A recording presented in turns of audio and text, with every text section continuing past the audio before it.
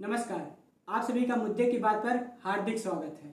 आज हमारे चैनल पर जिस मुद्दे की बात होनी है वो है बाबा और डॉक्टर की जुगलबंदी। इस बात पर जो प्रकाश डालेंगे वो हैं कानपुर के श्री कल्लू कनपुरिया जी। तो उनका हम बहुत स्वागत करते हैं और उनकी बातें सुनते हैं। श्री कल्लू कनपुरिया जी। भैया सबसे पहले तो बहुत बहुत धन्यवाद आपका जो है आपने हमें अपने चैनल मुद्दे की बात पर बुलाया और अपनी बात को रखने का जो है मौका दिया। तो हुआ यूँ कि कुछ दिनों पहले हमने यूट्यूब पर एक वीडियो देखा। उस वीडियो में जो है योग गुरु बाबा जी कुछ ऐसी टिप्पणियां कर गए जिससे जो है मॉडर्न मेडिसिन और प्रैक्टिसिंग पर ऐसा खतरनाक बोल गए जिससे कि बहुत उन लोगों को चोट पहुंची, उनके जो प्रैक्टिशनर्स हैं। अब भाई ऐसा हो भी क्यों नहीं, क्योंकि बाबा बाबा हैं और बाबा हल्का तो बोलते नहीं, बाबा बोले बहुत गहरा। अब इस बात को सुन के जो है सामने वाली पार्टी के लोग जो मॉडर्न मेडिसिन के प्रैक्टिशनर्स हैं उन्हें बहुत चोट पहुंची, धक्का लगा कि भैया इतनी मेहनत कर रहे और बाबा ऐसे कैसे बोल सकते हैं। तो भैया इस बात से गुस्सा होकर उन लोगों ने जो है सारे जो है अपने अस्त्र शस्त्र इकट्ठा किए और जो है मैदान में कूद गए बाबा से पूछने के लिए, दो दो हाथ करने के लिए, भैया आपने किस जो है समझ से आपने ऐसा बोल दिया कि हमने जो है मॉडर्न मेडिसिन पर सवाल आप उठाने लगे। तो ये बात जाके सीधे पहुंच गई हेल्थ मिनिस्ट्री तक।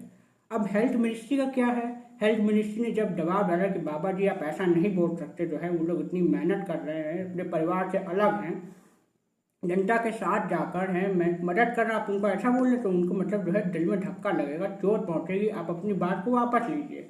तो जो है बाबा जी ने फिर शायद हेल्थ मिनिस्ट्री से जब दबाव पड़ा तो उन्होंने अपने ट्विटर हैंडल पर जो है अपनी बात को वापस ले लिया। लेकिन भैया बाबा तो बाबा हैं, वो कहाँ रुकने वाले हैं। अब उन्होंने माफ़ी मांगते साथ ही सामने वाली पार्टी से जो है 25 क्वेश्चन टाक दिए, जैसे हाइपरटेंशन, डायबिटीज, इन जैसी बीमारियों के लिए क्या जो है मॉडर्न साइंस के पास, मतलब मेडिकल साइंस जो है मॉडर्न, क्या उसके पास कोई परमानेंट इलाज है। तो ऐसा सब जो ये 25 क्वेश्चन जो दिए गए सामने वाली पार्टी को, ये बहुत ही लड़ाई लगा सामने वाली पार्टी को। और इस बात ने आग में घी नहीं डाला बल्कि आग में क्लोरीन टेट्राफ्लोराइड डाल दिया और इन्फ्लेमेबल बनाते हुए जिसको मतलब जंगल की आग के जैसे फैला दिया।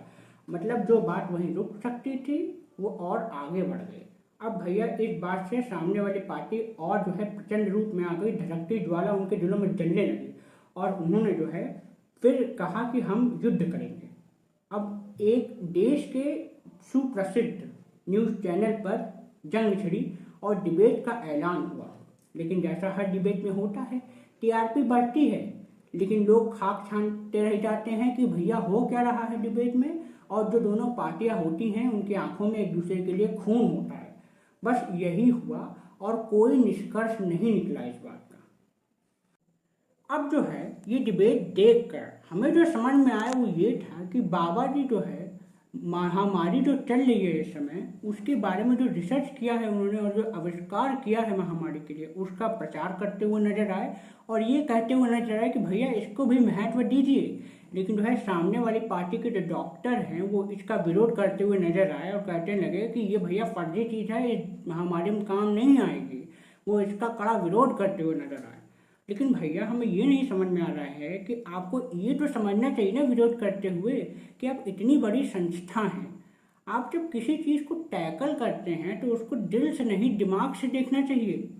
After all you all are professionals.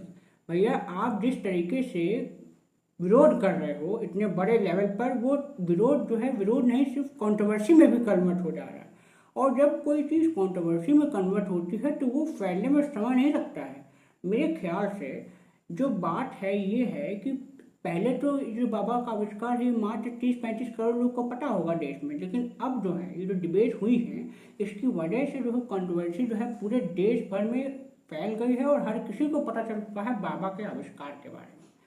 तो भैया अगर आप एज अ प्रोफेशनल नहीं सोचेंगे तो दिक्कत होगी, क्योंकि एक बार तो आप उस चीज़ का विरोध कर रहे हो लेकिन कहीं ना कहीं गलती से ही आप उसको पब्लिसाइज करके देश तक पहुंचा दे रहे हो, तो ये कहाँ तक ठीक है। अब भैया सवाल ये उठता है कि क्या ये जो सारी डिबेट्स हो रही हैं ये सही हैं। मतलब ये जो बातें हो रही हैं, जो डिबेट्स हो रही हैं, तो हमेशा उन नॉन प्रोडक्टिव डिबेट्स की तरीके हो रही हैं जिनका कोई निष्कर्ष नहीं निकलता है। तो मतलब ऐसी डिबेट से तो हमारे और आप में जो आम जनता है उनके बीच में तो मतलब भ्रम जैसा माहौल पैदा हुआ है। एलोपैथी वर्सेस आयुर्वेद जैसी बातें उत्पन्न हो रही हैं जो कि कतई सही नहीं, क्योंकि बिना इन दोनों के जीवन नहीं चल सकता। तो हमारे ख्याल से जो बड़े बड़े व्यक्तित्व हैं जैसे कि बाबा जी हैं, हमारे जो सामने वाली पार्टी के जो बड़े बड़े लोग हैं, जो जिम्मेदार व्यक्तित्व हैं, उन्हें साथ में आना चाहिए, एक कमरे में बैठना चाहिए, निष्कर्ष निकालना चाहिए, उसके बाद जनता तक कोई बात कहनी चाहिए। क्योंकि अगर ऐसा नहीं होता है तो शायद वो चीज़ जनता तक पहुंचती है जो नहीं पहुंचनी चाहिए, जो नकारात्मक है। तो जिम्मेदार व्यक्तित्व होते हुए आपकी जिम्मेदारी बनती है कि आप दोनों पार्टी साथ में आएँ, सुलह करें, जनता तक एक सटीक बात पहुंचाएं। अब भैया हमें तो यही लगा है और हमारी यही बात है। इसी के साथ हम अपनी बात को विराम देते हैं और एक बार फिर से मुद्दे की बात चैनल का बहुत बहुत धन्यवाद देते हैं कि उन्होंने हमें यहाँ बुलाया और इस जुगलबंदी में जो है बाबा और डॉक्टर की जो जुगलबंदी की जो बात हमने कही उसे कहने का मौका दिया। बहुत बहुत धन्यवाद। बहुत बहुत धन्यवाद कल्लू कनपुरिया जी का, जो कि उन्होंने अपने कीमती समय में से कुछ समय हमारे लिए निकाला और हमारे चैनल मुद्दे की बात पर आकर बाबा और डॉक्टर की जुगलबंदी पर अपनी बात दृढ़ता से रखी। धन्यवाद। प्रिय दर्शकों, अगर आपको ये वीडियो पसंद आई हो तो प्लीज़ इसे लाइक करें, शेयर करें, कमेंट्स करें और साथ ही चैनल को सब्सक्राइब करके बेल आइकन ज़रूर दबाएं, जिससे कि ऐसी चटपटी और मज़ेदार वीडियोज़ हम बनाएं तो आप तक ज़रूर पहुँचें। धन्यवाद। Take care.